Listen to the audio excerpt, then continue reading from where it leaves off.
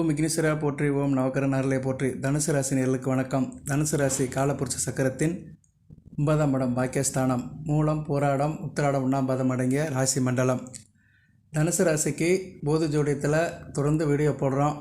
எல்லா ராசிக்குமே போடுறேன். அப்பப்போ உள்ள கிரக நிலைகள், சாதக பாதகங்கள், பரிகார வழிபாட்டு முறைகள், யோகா அமைப்புகள், அதுபோக தினந்தோறும் நடக்கிற நட்சத்திரங்களுடைய அந்த ராஜயோக அமைப்புகள், வழிபாட்டு தெய்வங்கள் எல்லாம் நிறையா போடுறேன். அதன் வரிசையில் இப்போ தனுசு ராசிக்கு ஒரு முக்கியமான ஒரு தகவலை சொல்கிறேன். தனுசு ராசிக்கு அப்பழுக்கற்ற யோகர். தனுசு ராசிக்கு எப்பொழுதுமே நல்லது செய்கிறவர் சூரியன் தான், சூரிய பகவான் தான், பாக்கிய ஸ்தானாதிபதி. தனுசு ராசி, தனுசு லக்கணம், இதில் பிறந்தவங்க சூரியனை மறக்கவே கூடாது. சூரியன் ஆபத் பாந்தவன், அநாத ரட்சகன், காருண்யமூர்த்தி, கருணை கடவுள். கர்ணனின் தகப்பன் சூரியன் உங்கள் ராசிக்கு 10ஆம் இடத்துக்கு வரப்போகிறாரு, தசமத்துக்கு வரப்போகிறாரு. அருமையான அமைப்பு. பரிவர்த்தனை யோகத்தில் இருக்க போகிறாரு. நல்ல விதமாக தான் பார்க்கப்படுகிறது. அதே நேரத்தில் கேதுவோடையும் சேர்ந்து கிரகணம் மாறாரு. கிரகணம் பண்ணாலும் குரு பார்வைக்கு வராரு. இப்படி ஒன்றுக்குள்ளே ஒன்று பிணைஞ்சு இருக்குது. சரியா? மிக்சரையும் பூந்தியும் கலந்து சாப்பிட்ட மாதிரி, இனிப்பையும் காரமும் சேர்ந்து சாப்பிட்ட மாதிரி. இதில் பார்க்க வேண்டிய விஷயம் ஜோதிடத்தில் என்னென்னா, அந்த 10ஆம் இடம் 9ஆம் இடத்துல எது அதிகமாக சார் இருக்குது, இனிப்பு அதிகமாக இருக்கா, காரம் அதிகமாக இருக்கா, இதை தான் ஒரு ஜோதிடர் உத்து பார்க்கணும். ஏன்னா சில பேர் ஜாதகம் உங்களுக்கே தெரியும். உங்கள் ஜாதகத்தில் ஒரு கட்டத்தில் 4-5 கிரகம் இருக்கும், 6 கிரகங்கள்லாம் இருக்குது. சரியா? நான் நிறைய ஜாதகம் பார்த்துருக்குறேன். ராகுகளை தவிர்த்து 7 கிரகங்கள் ஒரே கட்டத்தில் இருக்கிற ஜாதகம்லாம் இருக்குது. அந்த தேதி கூட எனக்கு ஞாபகம் இருக்குது, எடுத்து வச்சுருக்கிறேன். சரியா? 1964 எதுவும் நடந்திருக்கும். ஒரு கட்டத்தில் மகரத்தில் 7 கிரகங்கள் இருக்கும், ராகு கேது மட்டும் தனியாக இருப்பாங்க. அப்படி ஒரு அமைப்பில் ஜாதகம்லாம் பார்த்துருக்கேன், நான் பலன் சொல்லியிருக்கிறேன். அப்படி பார்க்கும்போது இதுக்கு இந்த தகவலை ஏன் சொல்கிறேன்னா, இங்கே தெரிஞ்சுக்கணும். ஒரு ராசியில் 7 கிரகங்கள் இருந்ததுன்னா அந்த 7 கிரகங்களுடைய கூட்டணி எப்படி இருக்கும், அவங்களுக்குள்ள உள்ள பரஸ்பர நட்பு தொடர்பு எப்படி இருக்கும், அதனால் பலன்கள் எப்படி அந்த ஜாதகருக்கு போய் சேரும் அப்படின்னு பார்க்கணும். அதில் ஜோதிடருடைய அனுபவம் இருக்குது, இறைவனுடைய அனுக்கிரமும் இருக்குது. அப்படி பார்க்கும்போது இப்போ சூரியனும் கேதுவும் சேர்ந்து ராசிக்கு 10ஆம் இடத்துல இருக்கிறாங்க. 10ஆம் இடத்துல சூரியனும் இருக்கலாம், 10ஆம் இடத்துல கேதுவும் இருக்கலாம். 2 பேத்துக்குமே குரு பார்வை படுறது நல்ல அமைப்பு தான். குரு உங்கள் ராசிநாதன் தான், கெடுதல் பண்ண மாட்டார். சரியா? அவர் 6ஆம் இடத்துல இருந்தாலுமே பார்க்குற இடத்த வளப்படுத்துவார். அதுபோக சூரியன் புதன் கூட பரிவர்த்தனையில் இருக்கிறாரு. சூரியன் 16ஆம் தேதி உங்கள் ராசிக்கு 10ஆம் இடத்துக்கு வராரு. புரட்டாசி 1 16/9/2024 புரட்டாசி 1ஆம் தேதி உங்கள் ராசிக்கு 10ஆம் இடத்துக்கு வராரு. புரட்டாசி 31 நாளும் உங்கள் ராசிக்கு 10ஆம் இடத்துல தான் இருப்பார். கேது கூட இணைஞ்சு தான் இருப்பார். கேது கூட ஒரு முன்பின் 12 டிகிரிக்கு சூரியன் இணைவார். ஏன்னா அதுதான் இணைவு. சர்ப்ப கிரகங்கள் தன்னுடைய இடத்துலேருந்து முன்பின் 18 டிகிரிக்குள்ளே பிற கிரகங்களை கிரகணம் பண்ணும். அதனுடைய கேதுவின் கிரகணங்கிறது அந்தளவுக்கு வீரியம் இருக்காது. ஏன்னா கேது ஒரு சர்ப்ப கிரகம் தான். இருந்தாலும் ராகு அளவுக்கு அவர் ரொம்ப இது பண்ண மாட்டார். ஏன்னா அவர் அவர் செந்நாகம் என்று அழைக்கப்படுகிறார். அதாவது ராகு கடுமையான இருட்டு, கும் இருட்டு, கருநாகம். அது ராகுவின் பிடி ரொம்ப இருட்டாக இருக்கும். ராகு பூமியின் நிழல், கேது சந்திரன் நிழல். கேது எப்படின்னா ஒரு விடியலுக்கும் இருட்டுக்கும் இடைப்பட்ட பகுதி. அதே மாதிரி ஒரு பகல் பொழுதுக்கும் இரவு பொழுதுக்கும் இடைப்பட்ட பகுதி. அதாவது இப்போ அந்தி சாயும் நேரம் சொல்கிறேன் பார்த்தீங்களா, அந்தி சாயும் நேரத்தில் மாலை பொழுது மயங்கி இரவு பொழுது வரும். அந்நேரம் ஒரு வெளிச்சம் இருக்கும். அதே மாதிரி காலையில் பூபாலம் விடியும் போது இரவு பொழுது முடிஞ்சு பகல் பொழுது வரும்போது ஒரு வெளிச்சம் இருக்கும். இளம் சிவப்பு நேரத்தில் ஒரு வெளிச்சம் வரும். அதுதான் கேது. அந்த மாதிரி சமயத்தில் கிடைக்கிற ஒளியின் அமைப்பு கேதுவின் ஒளி. ஸோ அப்படி இருக்கும்போது கேது ராகு மாதிரி கும் இருட்டு கிடையாது. அதனால் அவர் சூரியனை அந்த அளவுக்கு இது பண்ண மாட்டார். சரியா? அந்த அளவுக்கு கிரகணம் பண்ண மாட்டார். கிரகணம் பண்ணாலும் சூரியனுடைய அந்த முழுமையான ஒளி பாதிக்கப்படாது. சரி நேயர்களே, இதை பற்றி நிறைய பேசலாம். பட் அது நமக்கு தேவையில்லை. நமக்கு பலன்களை தான் முக்கியம். ஆனால் இருந்த போதிலும் கிரகணம் நடக்குது. கிரகணம் 18ஆம் தேதி நடக்குது. 18/9/2024 கிரகணம் நடக்குது. அது புரட்டாசி மாதம். அது எத்தனாம் தேதி நடக்குது? 2ஆம் தேதி நடக்குது. புரட்டாசி 2ஆம் தேதி நடக்குது. மறுநாளே நடக்குது. சூரிய பயிற்சிக்கு மறுநாளே கிரகணம் நடக்குது. புதன்கிழமை நடக்குது. கிரகணத்துக்கு நான் தனியாக ஒரு வீடியோ போடுவேன். சரியா? கிரகணம் இது சந்திரனால் வர கிரகணம் தான். சந்திரனால் கிடக்கிற பகுதி சந்திர கிரகணம் தான். பெரிய பாதிப்பெல்லாம் இல்லை. இந்தியாவில் தெரியாது. கோயிலெலாம் நட சாத்த மாட்டாங்க. அதனால் கிரகணத்தை பற்றி பெருசாக பேச வேண்டியதில்லை. உங்கள் ராசிக்கு 4ஆம் இடத்துல தான் நடக்கு. 4 10ஆம் இடங்கள் சம்மந்தப்பட்டது.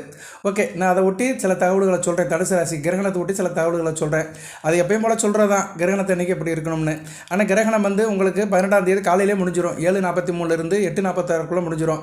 ஸோ காலையில் குளிச்சுட்டு சாமியை கும்பிட்டுட்டு நம்ம பாடு சொல்லி பார்க்க போயிடலாம். ஒன்றும் பிரச்சனை இல்லை.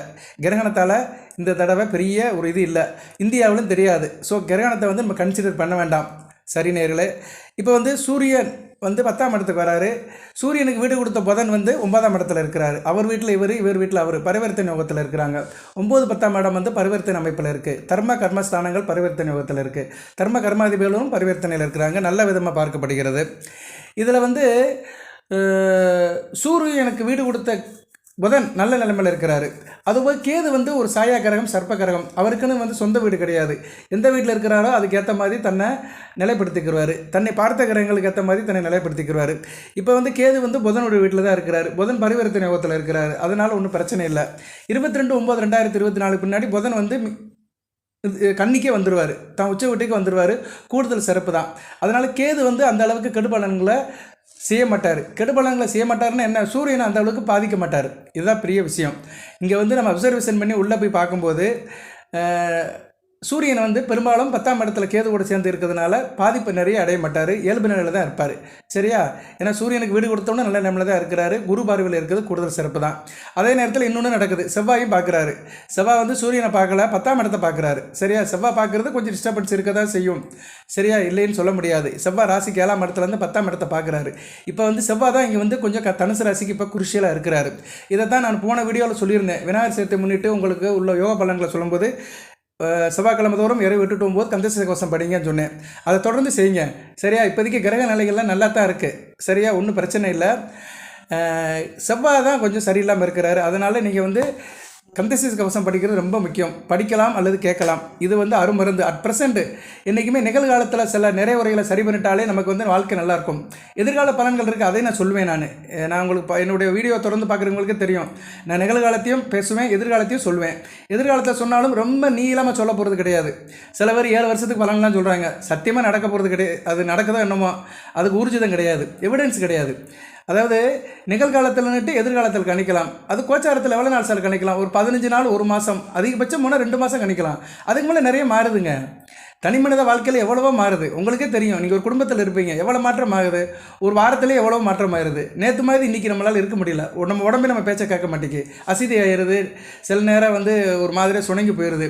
ஸோ வந்து இங்கே ரொம்பியம்லாம் வந்து ப்ரொஜெக்ஷன் கொடுக்க முடியாது. ஒரு குறிப்பிட்ட வட்டத்துக்குள்ளே தான் வாழ முடியும். சரியா நேரில் வட்டத்தை பெருசாக்குனாலும் ஓடவும் முடியாது. அதனால் நான் பலன்கள் சொல்கிறத வந்து ஒரு ஷார்ட் டிஸ்டன்ஸ் தான் சொல்லுவேன். வீடியோ அதிகமாக போடுற காரணமே அதனால தான். இன்றைக்குமே க்ளோஸாக மானிட்டர் பண்ணுறது தான் நல்லது. சரியா? செக்மெண்ட்டுன்னு ஒன்று சொல்லுவாங்க.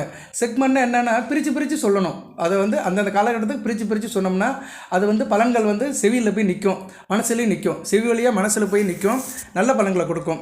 ஓகே, பீடிகை போட்டுக்கிட்டே இருக்க வேண்டாம், பலனுக்கு வருவான். இப்போ வந்து சூரியன் வந்து 10ஆம் இடத்துல இருக்கிறாரு. என்ன சார் பலன்களை கொடுப்பாரு? தனுசு ராசிக்கு என்னத்தை செய்வார் அப்படின்னா, ஜனன ஜாதகத்தில் சூரியன் நல்லா இருக்கிறவங்களுக்கு இந்த காலகட்டம் ரொம்ப சிறப்பாக இருக்கும். ஜனன ஜாதகத்தில் சூரியன் உங்களுக்கு லக்கண ரீதியாக 3 6 9 10 11 இருக்கணும். ராசிக்கு இருந்தாலும் பரவாயில்ல, பாதி பங்கு நல்ல பலன்களை செய்வார்.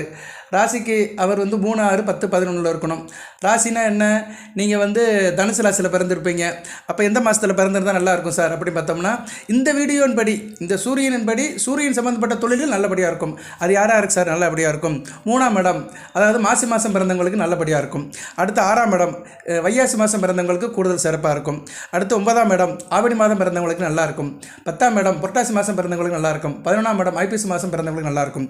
ஸோ இந்த மாதங்களில் பிறந்தவங்களுக்கு இந்த சூரியனுடைய பயிற்சி நல்லாயிருக்கும்.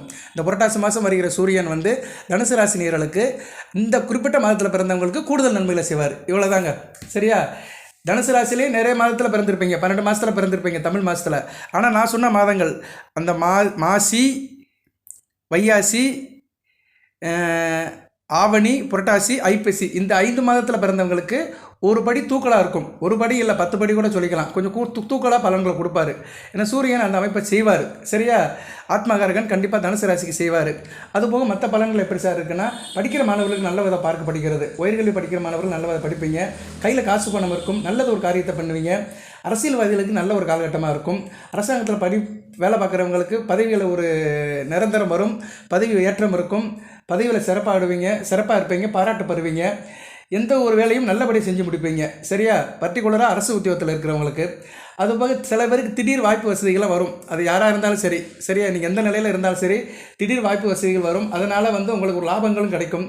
பேச்சு திரையில் இருக்கிறவங்க நல்லாயிருக்கும். பேச்சாற்றல், பேசி பிழைக்கிறவங்க, என்னை போன்ற ஜோதிடர்கள், டீச்சர் வேலை பார்க்குறவங்க, வக்கீல் வேலை பார்க்குறவங்க, பின்னணி பாடகர்கள், டப்பிங் குரல் கொடுக்குறவங்க, கலை சம்மந்தப்பட்ட துறையில் இருக்கிறவங்களுக்கெல்லாம் மிகச்சிறப்பாக இருக்கும்.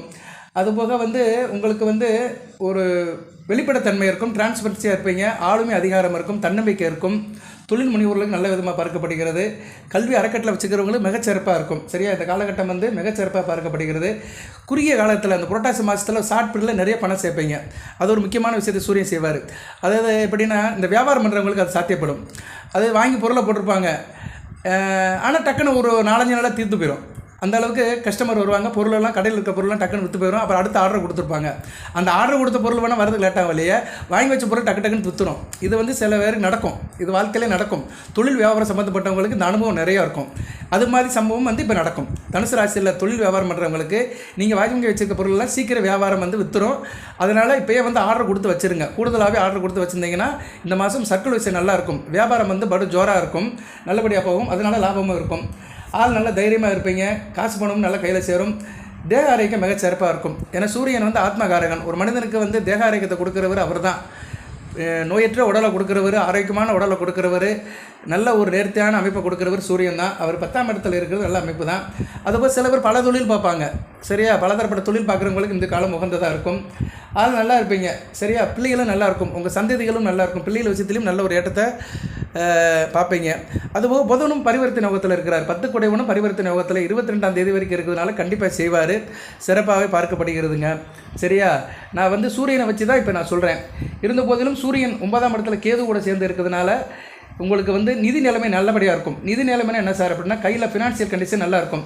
நீங்கள் எந்த லெவலில் இருந்தாலும் சரி, நீங்கள் சாதாரணப்பட்ட நிலையில் இருந்தாலும் சரி, பெரிய மல்டி மில்லியனாக இருந்தாலும் சரி, உங்கள் லெவலுக்கு ஏற்ற மாதிரி கையில் காசு பணத்துடைய அந்த போக்குவரத்து, மணி கேஷ் ஃப்ளோ இந்த புரட்டாசி மாதம் நல்லாயிருக்கும். 16/9/2024 இருந்து 17/10/2024 வரைக்கும் கேஷ் ஃப்ளோ ஓரளவு நல்லபடியாக இருக்கும். இருந்த போதிலும் கேது எனவே பூர்வீக விஷயத்தில் சில பிரச்சனைகள் கொடுக்கும். தகப்பன் வழி உறவு முறையில் சில பிரச்சனையை கொடுக்கும். பூர்வீக சம்மந்தப்பட்ட வம்பு வழக்கு கேஸு சில தொடர்புகள் இருந்துச்சுன்னா அதில் சில சுணக்கம் இருக்கும். சரியா? தாப்பனாருடைய ஆரோக்கியத்தையும் பார்த்துக்கோங்க. அந்த கிரகணத்தை அன்றைக்கி தாயாருடைய ஆரோக்கியத்தையும் பார்க்கணும், தாப்பனாரோட ஆரோக்கியத்தையும் பார்க்கணும். ஏன்னா கிரகணம் உங்கள் ராசிக்கு 4-10ஆம் இடத்துல நடக்கிறதுனால தொழிலில் அன்றைக்கி சில சுணக்கம் இருக்க தான் செய்யும். அன்றைக்கி தொழிலில் பெருசாக எதுவும் செய்ய வேண்டாம். 18ஆம் தேதி 2 நாள் வச்சுக்கோங்க. 18/9 19/9 செப்டம்பர் அன்றைக்கி தொழில் ரீதியாக எதுவும் செய்ய வேண்டாம். 2 நாள் கொஞ்சம் வெயிட் பண்ணுங்கள். சரியா? ஆற போட்டுருங்க, பொறுமையாக இருங்க. அதுபோக வண்டி வாகனம் வச்சுருக்கிறவங்க, ட்ராவல்ஸ் டிரான்ஸ்போர்ட் வச்சுருக்கிறவங்க, விவசாயம் பண்ணுறவங்க, தோட்டக்கலை பண்ணுறவங்க, வீடு கட்டி வைக்கிறவங்க, ரியல் எஸ்டேட் பண்ணுறவங்க, பில்டிங் ப்ரொமோட்டர்ஸ், இவங்களும் முக்கியமான காரியம் எதுவும் பண்ண வேண்டாம். ருட்டீனாக போகிறத பண்ணுங்கள், பெருசாக அது செய்ய வேண்டாம். ஏன்னா கிரகணம் 4-10ஆம் இடத்துல நடக்குது. உங்கள் ராசிக்கு வேண்டிய 2 கிரகங்கள் பாதிக்கப்படுது. சரியா? யார் சூரிய சந்திரன் 2 பேருமே கிரகணத்தில் பாதிக்கப்படுவாங்க.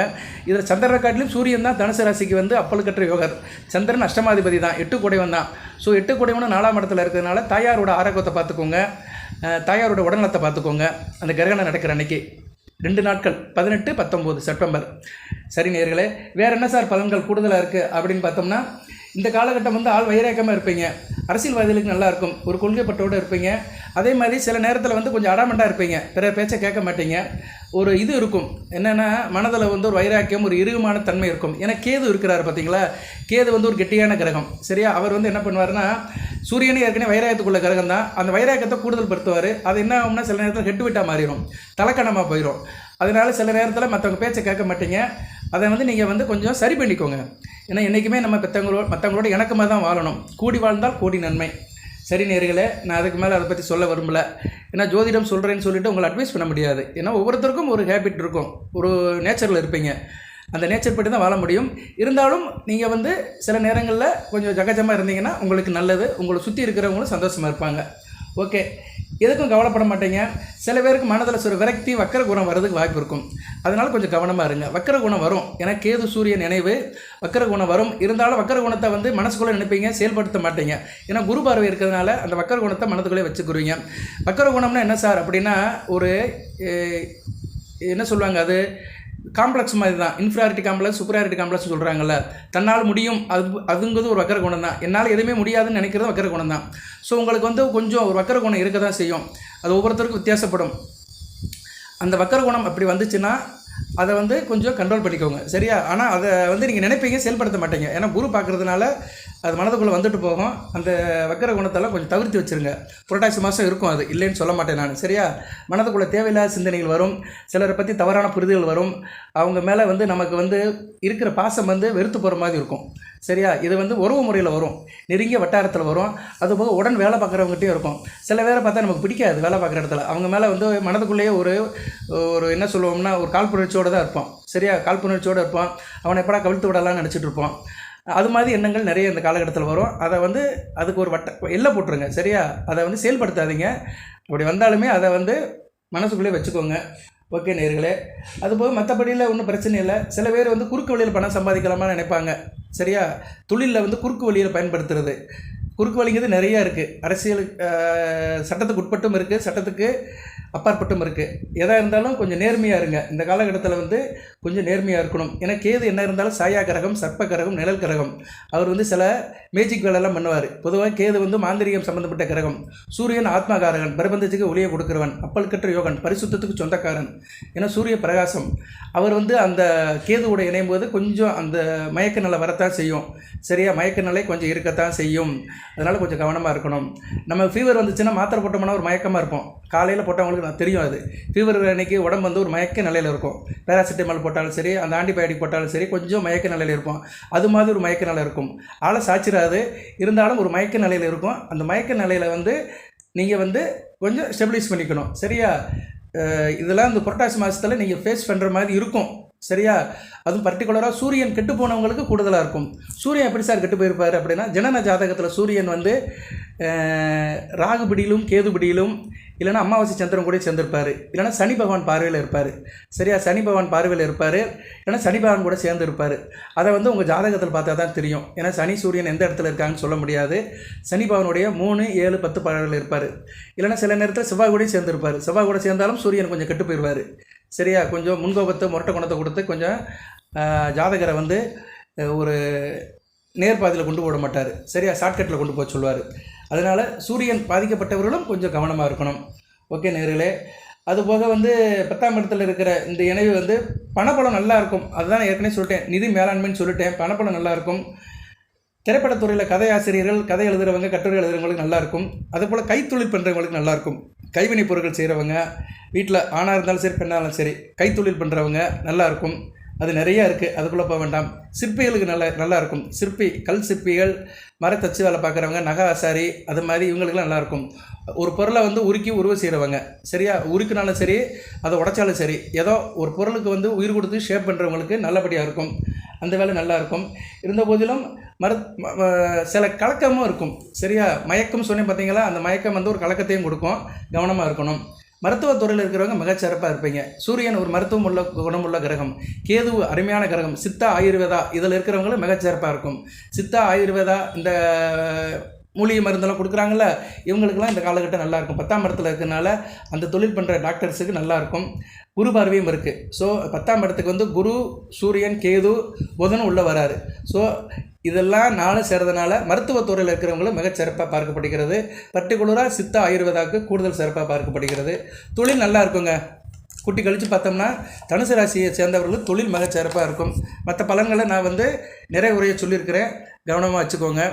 இதுக்கு என்ன சார் ஏதோ பரிகார வழிபாடு இருக்கா அப்படின்னா, ஒரே ஒன்று தான், ரொம்ப சிம்பிள். புரட்டாசி மாதம் முழுக்க சூரிய பகவானை கும்பிடுங்க, சரியா?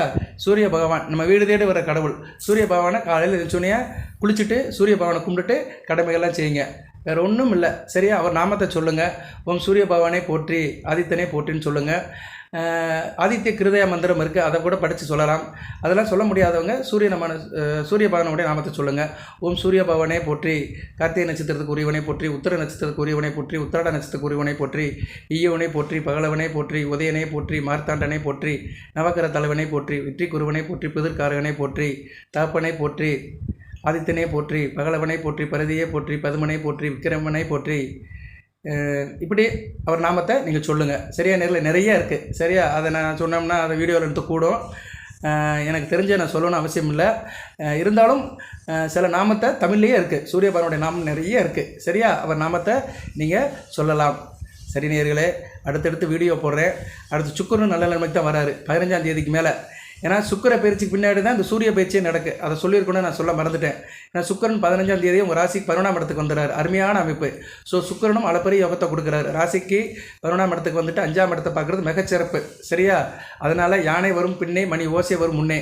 இந்த சூரியன் இந்த அமைப்பு வர்றதுக்கு முன்னாடியே சுக்கிரன் வந்து உங்களுக்கு ராசிக்கு 11ஆம் இடத்துக்கு வந்துடுறாரு. முன்னாடியே வந்துடுறாரு, ஒரு நாளுக்கு முன்னாடியே வந்துடுறாரு. ஸோ அடுத்தடுத்து 2 நிகழ்வுகளும் தனுசு ராசிக்கு நல்ல விதமாக பார்க்கப்படுகிறது. 9, 10, 11ஆம் இடங்கள் நல்ல நிலைமையில் இருக்கிறதுனால உங்களுக்கு வந்து வியாபாரம், தொழில் மிகச்சிறப்பாக இருக்கும். அது உள்நாடாக இருந்தாலும் சரி, வெளிநாடாக இருந்தாலும் சரி, மிகச்சிறப்பாக பார்க்கப்படுகிறது. வாழ்த்துக்கள். எல்லாமல் இறைவன் தனுசு ராசினியர்களுக்கு சில சௌபாகியத்தையும் சில ஐஸ்வர்யத்தையும் சில நன்மையிலும் கொடுப்பார். அனைத்து நலங்களை வளங்களை பற்றி தேக ஆரோக்கியத்துடன் தீர்க்காலுடன் நீடோடி வாழ்க, நிறைந்த வளம் பெறுக. நன்றி நேயர்களே.